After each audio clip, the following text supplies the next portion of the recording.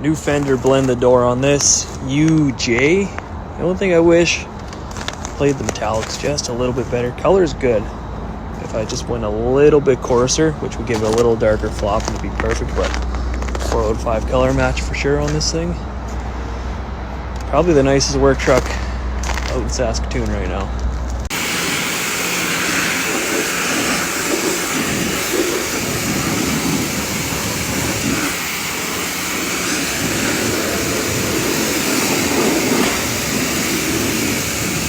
Got a nice repair.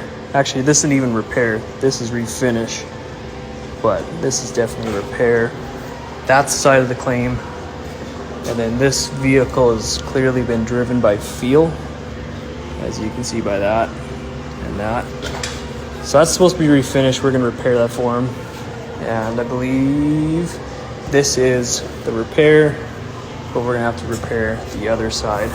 It's also, like I said, driven by feel.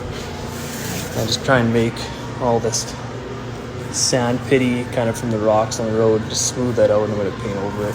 I'm gonna do as many freebies as I can while I don't really screw myself over wasting too much time. But yeah, that's what happens. Some people drive by feel, and you just do the extras and it'll look way better.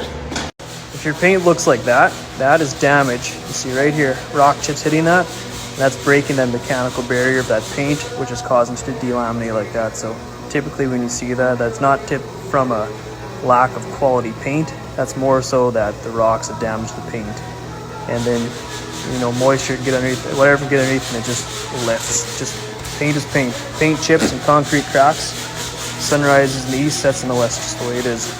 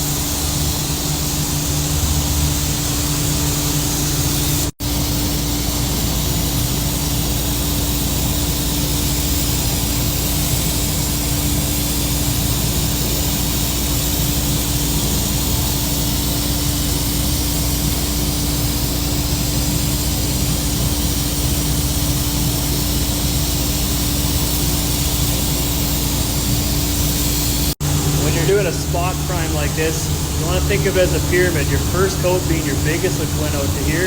Your second coat going a little bit further inwards, and then your last coat, which our repair was right here, we had a bit of a scratch there, is smaller, so it's stacking in a pyramid like that. The reason for that is overspray. You prime over, you might not have the best adhesion, so if you do it as a pyramid, you're not spraying on top of overspray.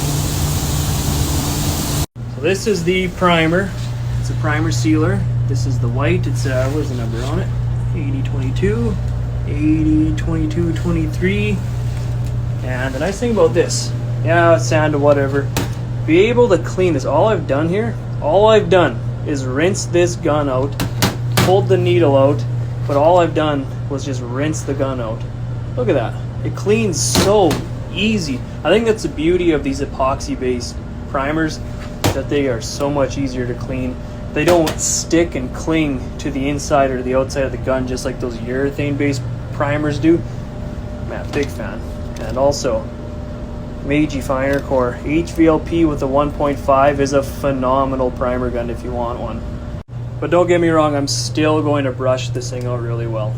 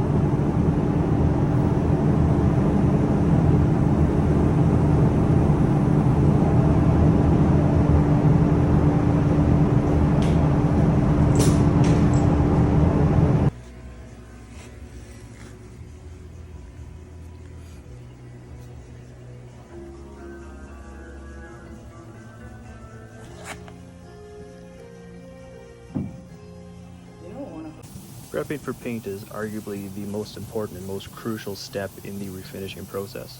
If you have not correctly sanded your substrate properly, you're going to have a failure of your paint product. Sand scratches are a way to give the paint mechanical adhesion so that they bite and grab onto the panel. Color panels, like a panel that has been repaired or a brand new panel that has E-coat on it, I like to prep and sand everything, finishing off with 600 grit. Any blend panels, I like to finish those in 800 grit. Sand and don't just scuff your panels.